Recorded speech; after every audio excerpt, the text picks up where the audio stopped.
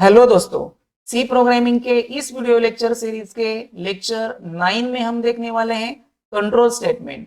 Control statement ये जो topic है हमने लेक्चर नंबर 7 में ही स्टार्ट किया हुआ है।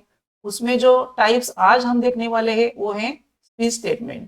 तो कंट्रोल स्टेटमेंट जो होते हैं सी प्रोग्रामिंग के, उसके दो टाइप्स हमने इससे पहले लेक्चर में देखे थे, decision control statement and loop control statement.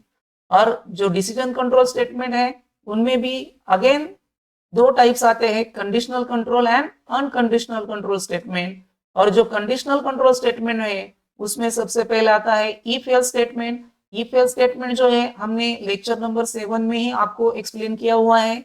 अगर आपने वो लेक्चर नहीं देखा होगा तो मैंने डिस्क्रिप्शन में उसकी लिंक डाल दी है, वो लेक्चर आप देख सकते हैं।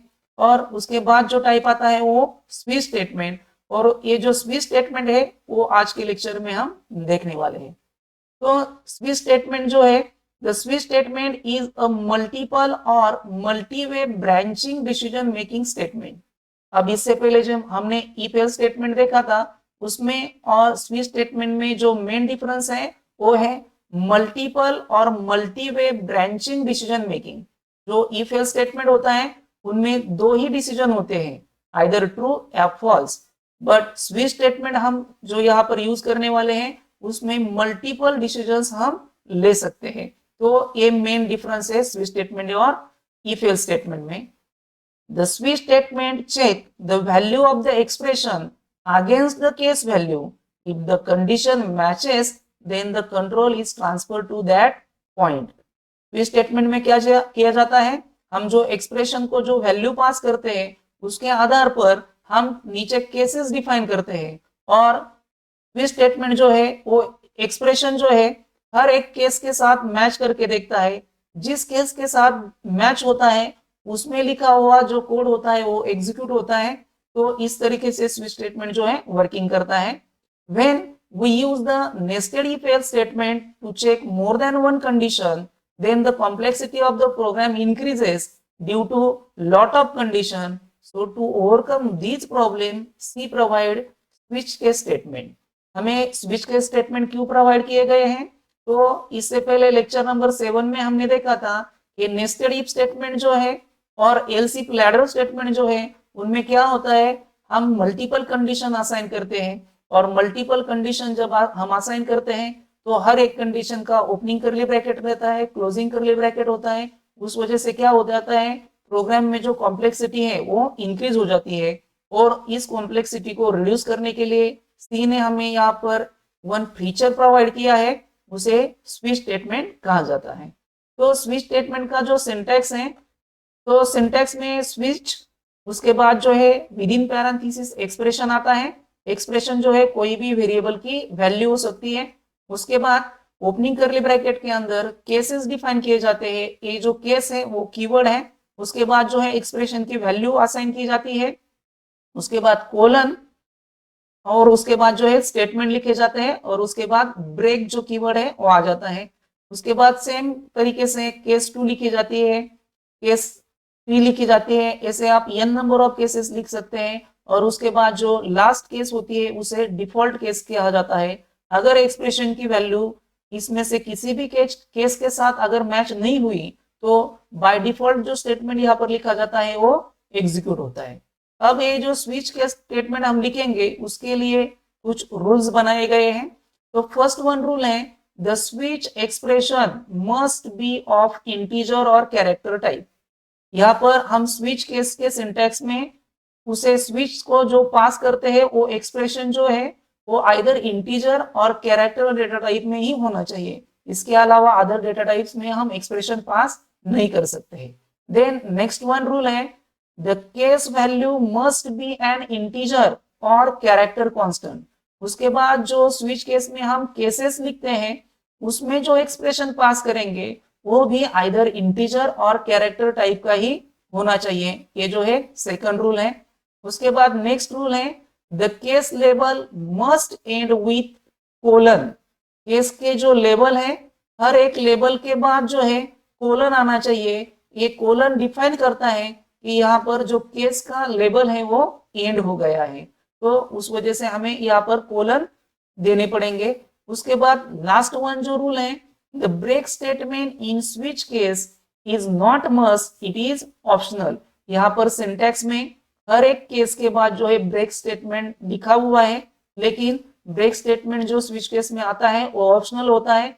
आपके प्रोग्राम के कोड पर वो डिपेंड करता है आपको ब्रेक स्टेटमेंट डालना है या नहीं डालना है। तो ये जो है ऑप्शनल है, कंपलसरी हर एक केस में इसे लिखना नहीं होता है।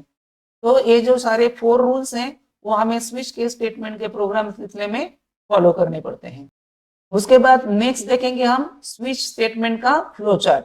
अब स्विच स्टेटमेंट में क्या होता है, सिंगुलर एक्सप्रेशन पास किया जाता है एज अ कंडीशन के तौर पर, और उसके बाद जो है केसेस डिफाइन की जाती है। जो एक्सप्रेशन पास किया जाता है वो फर्स्ट केस के साथ चेक किया जाता है। अगर वो फर्स्ट केस के साथ मैच हो गया तो उस केस में लिखा हुआ जो कोड का ब्लॉक होगा और वो एग्जीक्यूट होगा, और जो कंट्रोल है स्विच केस के बाहर चला जाएगा। अगर फर्स्ट केस के साथ जो एक्सप्रेशन है मैच नहीं हुआ तो सेकंड केस के साथ चेक किया जाएगा। उसके साथ अगर मैच हो गया तो कोड ब्लॉक जो है सेकंड एग्जीक्यूट होगा और कंट्रोल जो है स्विच केस के बाहर चला जाएगा। अगर उसके साथ भी मैच नहीं हुआ तो नेक्स्ट केस, ऐसे जो है सब केसेस के साथ जो है एक्सप्रेशन मैच किया जाता है।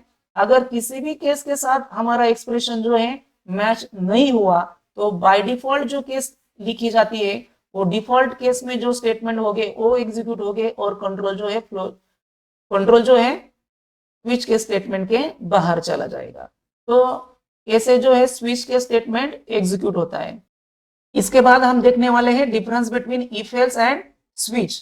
जो इफ एल्स स्टेटमेंट है और स्विच स्टेटमेंट है दोनों भी कंडीशनल स्टेटमेंट है, मगर किस सिचुएशन में हमें इफ एल्स यूज करना चाहिए और किस सिचुएशन में स्विच के स्टेटमेंट यूज करना चाहिए उसे अंडरस्टैंड करने के लिए हमें दोनों को डिफरेंस जो है पहले देखना पड़ेगा। तो इफ एल्स स्टेटमेंट जो है, the if statement is used to select among two alternatives. If statement जो है, अगर आपके प्रोग्राम में 2 ही अल्टरनेटिव्स होने चाहिए तो आप इफ स्टेटमेंट का यूज करेंगे। The switch statement is used to select among multiple alternatives. अगर आपको जो है मल्टीपल अल्टरनेटिव्स देने हैं यूजर को और उसमें से कोई भी अल्टरनेटिव चॉइस करना है तो उसके लिए आपको स्विच स्टेटमेंट यूज करना पड़ेगा। This is the statement difficult to write. जो इफ एल्स स्टेटमेंट है वो डिफिकल्ट है राइट करने के लिए। हमने देखा कि एल्स इफ लैडर और नेस्टेड इफ स्टेटमेंट जो है वो जो है डिफिकल्ट है राइट करने के लिए। तो as compare to nested if statement the switch statement is easier to write, easy है राइट करने के लिए।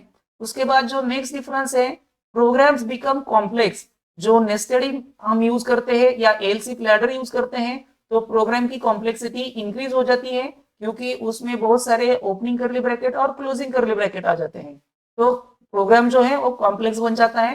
As compare to this the programs become simple and easy in switch statement. Switch के स्टेटमेंट में जो है एक ही ओपनिंग करली ब्रैकेट और क्लोजिंग करली ब्रैकेट आता है, इस वजह से वो प्रोग्राम राइट करने के लिए इजी और सिंपल होते हैं।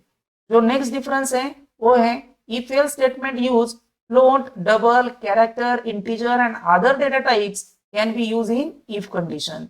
आप इफ कंडीशन में कोई भी डेटा टाइप्स यूज कर सकते हैं, मगर स्विच के स्टेटमेंट में only integer and character type data ही हम यूज कर सकते हैं। तो ये जो है स्विच के स्टेटमेंट का लिमिटेशन है। इंटीजर और कैरेक्टर डेटा टाइप के अलावा आप कोई अदर डेटा टाइप इसमें यूज नहीं कर सकते हैं। तो ये दोनों स्टेटमेंट में डिफरेंस है। तो आज के लेक्चर में बस इतना ही। अगर आपको हमारा वीडियो पसंद आ गया होगा तो हमारे वीडियो को लाइक कर दीजिए और हमारे चैनल को सब्सक्राइब कर दीजिए।